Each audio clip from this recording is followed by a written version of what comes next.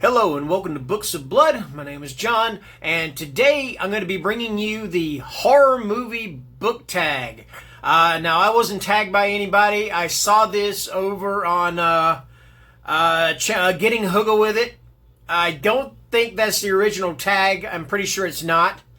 But anyway, that's where I saw it. Again, I wasn't tagged by anybody. There are 10 questions here, so let's go ahead and get underway with it, all right? First up, The Zombie Apocalypse, a book you would save when civilization ends. And for that one, I'm going to go with Stephen King's The Stand. And I think the reason I would save this is as just kind of like a reminder that it's happened, and I don't know, it could happen again, or it's not going to happen again. If it's the end, it's not going to happen again. So yeah, that is what I would do. That's what I would save. The Stand, Stephen King. All right. And I need a place to put my books here because I got kind of crowded over here in my desk. I'm going to put them down here, so if you see me lean down, that is why. Sorry about that. All right, next up, The Vampire, a book you would stake through the heart. I'm going to choose another book by Stephen King, and then when it says stake through the heart, it means that you hated it.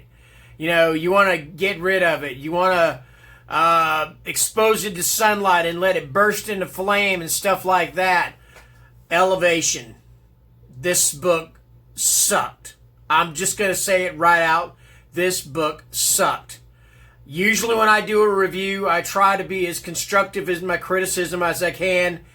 And I just felt like I could not do that with this book. Especially coming from somebody that's produced so many just awesome books like The Stand, It, Pet Sematary, Salem's Lot, Carrie. To produce this is just, it's inexcusable. Yeah, stink right through it. Ah! All right. What do we have next? Number 3, The Haunted House, a book that still haunts you. I have talked about this book so many times on this channel, and how it just absolutely disturbed the hell out of me. And it still, I think about it every now and then. And I'm talking about Survivor. The things that the character does in this book to save her own hide are just, they're incomprehensible.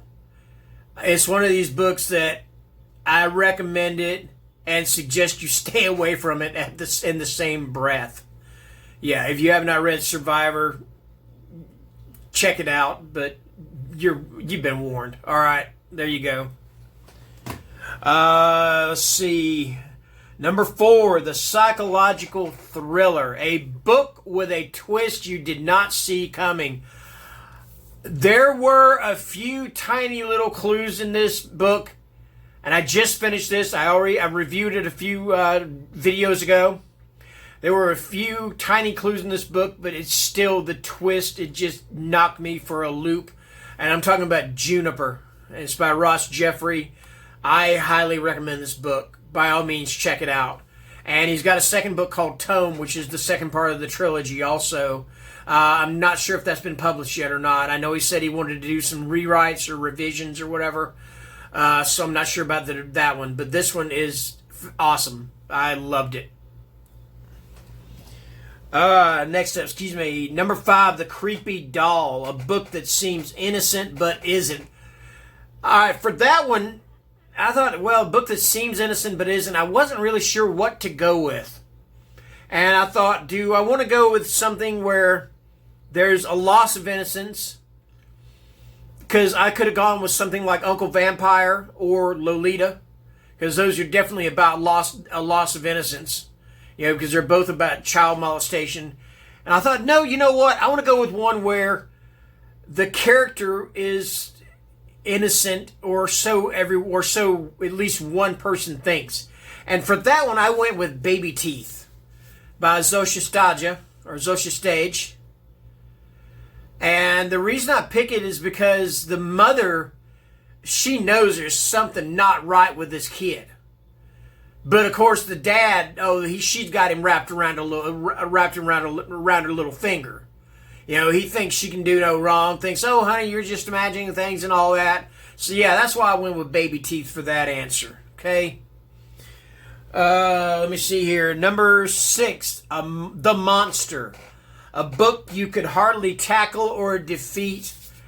I hardly even tackled this book. I got into I think the first 5 pages or whatever. I couldn't finish it. I couldn't do it.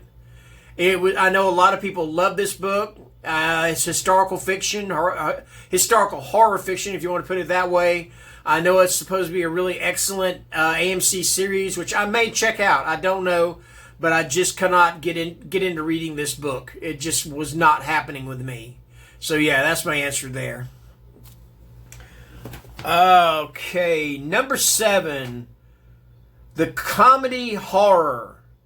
A book with mixed genres that worked or didn't. And I'm going to go with one that worked. I thought that this book was a effective teen horror book, or you could even go as far as young adult. And I thought it was a good book in the possession or exorcism genre. And it's going to pop up on screen. I'm talking about My Best Friend's Exorcism by Grady Hendrix. Yeah, I really enjoyed this book. And it's kind of it's not really a companion to, but it's kind of set in the same universe, so to speak, as the Southern Book Club's Guide to Slaying Vampires, all right? So yeah, I'm going with My Best Friend's Exorcism for that answer. All right, number 8, the cliched teen horror, a book you found super cliched or stereotypical. Now this one, I don't have a book per se for this, all right? But what I'm going to get at is that it seemed like, I'll give you an example. Whenever The Exorcist came out, the book and then the movie, it seemed like every author out there was rushing to write their possession novel, especially if it was one that involved a kid, okay? Of course, you had The Omen. I'm not saying these are bad books, but, to keep on going with the same thing, that's when you're getting cliched, okay? And even nowadays, they do it. And yes, are they entertaining? Sure they are, all right? I enjoy them. I love The Exorcist. I read The Omen. I liked it. My Best Friend's Exorcism could be along the same route. It's cliched in that way, but I still loved it, okay? So that's my answer. I don't have any one book. I'm just saying a lot of books take the formula from a book and then they run with it. I'm sure they did. Well, I'm sure they did the same thing with The Haunting of Hill House. All right. Okay, number 9. A book so gripping you needed an exorcist to escape it. I have talked about this book so many times on my channel that I know I'm becoming a cliche myself with this book. But this book, I've read through this book in anywhere from 90 minutes to 2 hours. I'm pretty sure I change the time every time I talk about it. But Come Closer, Sarah Gran. Oh my God, this book just gripped me, just grabbed me from the first page to the last. I did not want to put it down, and I didn't until I finished it. So that's my answer, Come Closer by Sarah Gran. And you read this book, you may need an exorcist for it, because she sure as hell did. All right? So there we go. And finally, the science fiction.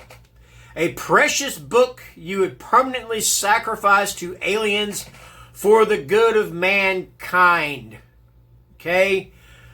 I don't know if this is a precious book. I like the book, but the reason I picked The Ruins by Scott Smith is because I want to give it to the aliens. I want them to read it so they get an idea of just how the douchebags in this book. Every character, except with the exception of probably one, and I think that was the German guy, Matthias, was an absolute jerk. I hated him, all right? I don't think I liked any character in this book. I liked the book, I just didn't like the freaking characters. So yeah, I'll give this to the aliens, say, read this, let it be a guide. And if you see somebody acting like these idiots, just zap them with a ray gun or something. All right, so there you go. The Ruins. All righty, so that is the horror movie book tag. I'm not gonna tag anybody individually. If you feel like doing this tag, it's an awesome tag, then please, by all means, do it, because I think you'll have a lot of fun with it. So anyway, those are my answers. This has been the Horror Movie Book Tag. This is John at Books of Blood. Thank you for watching, and good night.